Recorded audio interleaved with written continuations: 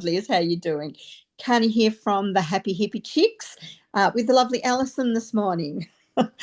Becca is unable to make it this morning. She has another booking as well. So I'm flying solo, but Alison's come in to support me, and I just know she's going to have loads and loads of things to contribute to this space. So I'm really excited about that. So before we jump into that, Alison, just tell people a little bit about who you are and what you do, so that if anyone needs to reach out to you, they know how to find you. Well, thank you, Karnie. Oh, here's a lovely Carrie. So I call myself a self-love alchemist because I believe self-love is the key to all our success, personal and business. And the alchemy is really about changing. If you've read the book Lead into Gold, and even in the book, the lead is actually our head, our belief system, and the gold is the life that we desire or deserve. So I have lots of modalities, and whatever the person needs, I sort of do a bit of a mixed bag to give them the outcome they want. Because for me, it's all about living life on your terms, being happy with who you are, warts and all, because who's perfect? And normally I say other than me, but so, living life on your terms in your own skin without being apologetic or, as I said, without having to apologize for breathing. Just be okay with who you are. And your people will love you or hate you. Or, people will either love you or hate you. Your people will love you, and the rest don't matter. Yeah, Those who 100%. mind don't matter, and those who matter don't mind. Yeah, 100%, 100%. So thank you for joining me here today. I really appreciate you being here. Lovely to see you again, Carrie. Thank you. I thought Sorry, I was waiting on the other Zoom thing. I didn't see the message. Yeah, apologies. Yeah, Beck can't make it today, and I don't have access to all of her Zoom stuff, so I had to set up a separate one. So I thought I was flying solo, but the lovely Alison's come along to hold my hand today. Yep. All right, good to see you, Dale. All right, let's have a look at today's session. Today we're looking at invisible kindness. Boy, oh boy, have I had a lot of that lately. So let's talk about what it is first, and then I'll share some of the things that have gone down and probably get highly emotional because that's who I am. Kindness often becomes entangled with recognition and approval. So sometimes we do things for the wrong reasons. We do things because we actually want to be seen as being valuable and for our own worth. And sometimes other people do that to us too. When an act of goodness is offered quietly, though, it reconnects us with the intrinsic satisfaction of contributing to the world. Invisible kindness nourishes the heart without needing an audience. So the idea with invisible kindness is we're not doing it to look good in the world. We are doing it only because we genuinely want to help another person in whatever they're going through. So the joy flip today is do one small act of kindness today that no one will know came from you. No, I know Kerry did this last time. Oh, Nane's here today. I know Kerry did this last time and she actually had her person discover her, but that's okay because all that means, Kerry, is that they know energetically the kinds of things that you would be doing. It doesn't, there's no success or failure attached to it. It's all about, that you're not going out there saying, oh, look at me, aren't I wonderful? This is what I did. Hey, Neen, how you traveling? Okay, the journal prompt is how did it feel to offer kindness without receiving? So I thought I'll share here something that went down for me. Oh, I've had so many things in the last couple of days. But yesterday we have, quite a challenging scenario going down in our life at the moment that my family is pulling together to navigate really well. But yesterday, in the midst of all of that, my son went to mow the lawns for him, my youngest son, bless his little cotton socks, and we discovered a copperhead snake in the shed. Or we think that's what it was. And of course, neither Ben nor I are lovers of snakes at close ranges. And apparently, the copperhead snake is the 5th most venomous snake in the world. It was quite a big one from what I can gather. Now, when he described it to me, I thought, oh, that's only a baby. And when I was talking to the snake professional, he said, oh, no, that sounds like an adult and crazy, crazy venomous. He'd spoken with someone who had their French bulldog bitten by a copperhead a few days ago, and they'd had to have anti-venom. The venom cost, I think it was $1,750 a vial, and they'd had 3 vials. So he's like, no, you really want to keep your dog indoors.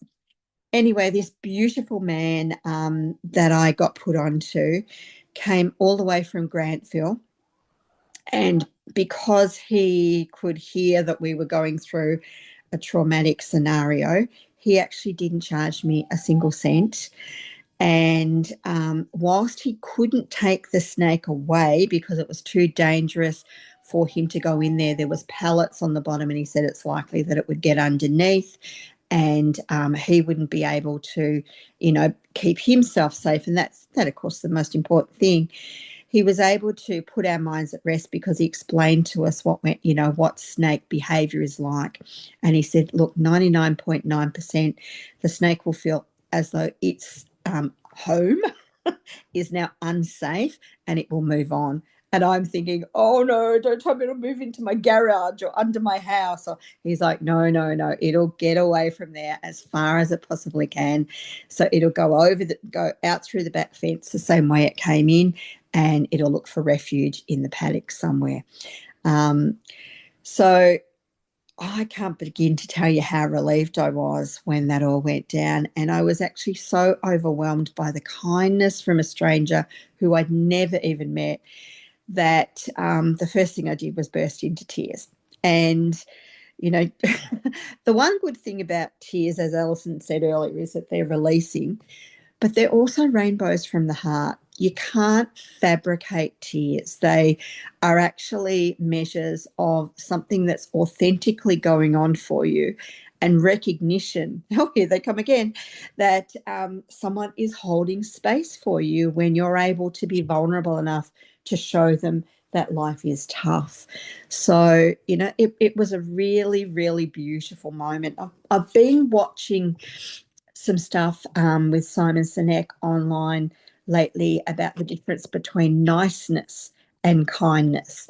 And kindness is where there is, as we've said earlier, that there is no need for an audience. It doesn't need to be, whatever you're doing doesn't need to have a space held for it. It's actually an action that doesn't require validation from anyone.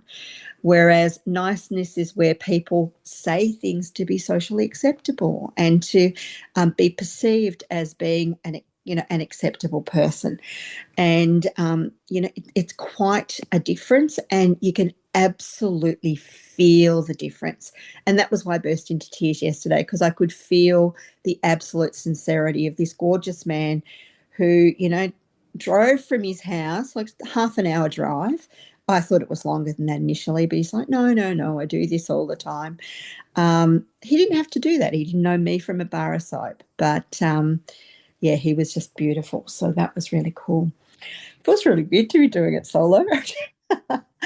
Anyway, let's have a look at the flips. So the first one we're looking at is validation seeking. And validation seeking is where you get feedback from other people about your own worth. And obviously we're wanting to switch that to an inner satisfaction, where you're doing something out of the generosity and kindness of your own heart, just because you want that warm buzz of knowing that you've made somebody else's life a little bit easier. The shadow for that one is I hope someone notices, because the idea is if somebody notices, you're going to feel like you're, a little bit up there. You're elevating up the scale of acceptability. Whereas the flip on that one is kindness is complete within me. Once the action's done, there's no need for recognition, no need for feedback, no need for anything further. Number 2, performance. So where you're behaving out of a gesture, once again, that makes you seem like a good person. And the opposite to that, the flip that we want, is authentic generosity. I was lucky enough to have one of the most generous fathers in the world. I miss him dreadfully. Whoops, here comes the tears again. Shouldn't say things like that, should I? But he was able to teach me so much about life just through the generosity that he had. Okay, shadow. Oh, I wasn't expecting this. I want credit for being kind. And the flip is goodness does not need an audience. Okay. Excuse me. Number 3, external approval, recognition once again, and validation from others. And we want to come into inner alignment. And the shadow for this one is, I feel good when people praise me. So often this is the case for people who haven't received recognition in childhood. And that's why it's such a strong shadow energy. They're looking for that recognition. They're looking for that somebody values me, somebody thinks I'm important, somebody thinks I'm acceptable, because they've missed out on it in childhood. And so it's a soul hole for them. The flip on that one is I feel good when I live by my values. Number 4, recognition, dependence, where you have an attachment to needing to be validated and valued by others. And the flip side to that one is quiet contribution. I am very blessed to have a lot of quiet contributors in my life, and probably why I cry a lot because it does touch your heart. Shadow one for this one is if no one sees it, it doesn't matter. So it doesn't count unless it's validated by someone else. And the flip one of that is every small kindness still shapes the world. I don't even know if I should share this story. My dad used to love going to the supermarket, and he had his special girls at Woolworths, or was Safeway back then, that he would go and see. He went at the same time every day of the week. And he went there because he knew which girls were going to be on and which queue he would go down to connect with the girls. They knew so much about his life. He knew so much about theirs. When he died, we went to let the girls know because we didn't really know what the connection was, but we'd heard him talk about them before. And 5 females screamed. 2 of them literally fell to the ground. Oh, no, not Rolf, because his kindness had touched their heart so much. Every Christmas, he would buy them a big tin of quality street chocolates just to let them know how important they were to him. And, my dad just did random acts like that all the time. The garbage man would be out, he'd be out there waiting with $100 for him at Christmas. Or, those were important to him. Whew. I really shouldn't have shared that one, should I, Alison? Anyway. No, sorry. I'm glad you did. And I love that we're giving homage to your dad for the man that he was. And obviously, he has shaped you to be the woman that you are. And so his legacy lives on in you and your kids. So your dad's contribution was not just himself, but so much more. And thank you actually for sharing that with us. I'm getting teary because I had a great relationship with my dad. However, and I'm lucky for that, but I can definitely feel the depth of your relationship with him based on who he was, who made you who you were. So thank you for sharing. And tears, as I think, are a beautiful tribute as well. Yeah, 100%. Might make it a bit hard for me to read the meditation, though. We'll see how we go. All righty. Was there anything anyone wanted to add or any questions about that? No. Kerry, am I looking at you trying to push a button? No. No, you're fine? Yep, cool. Okay, so if I can just get you to go into your own private space for a moment, just close your eyes. And I think I should be able to do this okay now. Okay. This is a meditation on quiet goodness. So take a slow breath in and then gently breathe out.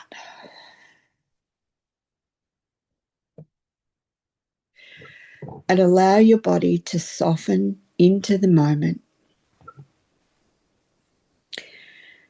Feel the quiet support beneath you, the chair, the ground, the air around your skin. Nothing is required of you here. So just breathe. And for a moment, notice how often kindness becomes visible. A thank you, a smile, recognition, appreciation. These things are beautiful, but there is another form of kindness that moves through the world more quietly. A kindness that asks for nothing in return. No acknowledgement, no praise, no proof that it mattered, just the simple act of goodness itself. Take another gentle breath and imagine a small act of kindness. Perhaps you tidy something that someone else will benefit from. Perhaps you place something where it will help another person later. Perhaps you offer a silent blessing to someone passing by. No one sees it, no one applauds it, yet something inside you knows. Notice what that feels like. A warmth that begins within. A quiet steadiness in the heart. When kindness is offered without needing recognition. The nervous system experiences something very, very pure. The goodness is not dependent on reaction. It lives entirely within you, like a small light quietly glowing in the center of your being. Feel that light now. Not dramatic, not performative, just quietly present. Invisible kindness nourishes the soul in a different way. It reminds the body that goodness is not something we perform for approval. It is something we are. Every small act becomes a thread of care, woven gently into the world. And even when no one notices, the nervous system feels the truth of it. Your body knows when you've added kindness to the field of life. Take a slow breath in and breathe out softly. And feel the calm that comes from doing something good simply because it is good. No witness required, just the quiet dignity of your own heart. Allow that feeling to settle in your body, a gentle internal stability, a quiet pride that does not need to be spoken. And when you are ready, return your awareness to the room around you, carrying with you this knowing. Even the smallest unseen kindness changes the world, and it changes you. I offer kindness freely. The goodness I create strengthens my heart. And so it is. And just bringing your awareness back into the space, wriggling those fingers and toes and having a bit of a stretch, bringing the breath back into the body. You're welcome, darling. Did anyone have anything they wanted to share? Nope. You're welcome, Neen. Carrie, Um, you unmuted yourself, didn't you? yeah, I did. Yeah. I saw myself buying a bunch of flowers for somebody and just leaving at their doorstep. Oh, beautiful. Beautiful. Yeah. Yeah. And those kind of things do shift someone's day. I remember when we first got COVID and I had a friend of mine pop around, it was like 6 bags of groceries on the doorstep because he knew we weren't able to get out to the shopping centre. And what was that? Someone's written a comment that I've missed. Oh, do you have her address? Might need mine as well. Beautiful. Yeah. So it's just lovely to have someone acknowledge that they're thinking of you without any attachment to there needing to be anything further. Alrighty. So if there's no further comments, I shall hasta la vista. This is Karnie, one half of the Happy Hippie Chicks. Thank you all for coming. And we look forward to catching up with you tomorrow. I have no idea what we're doing, but we'll post it. Take care.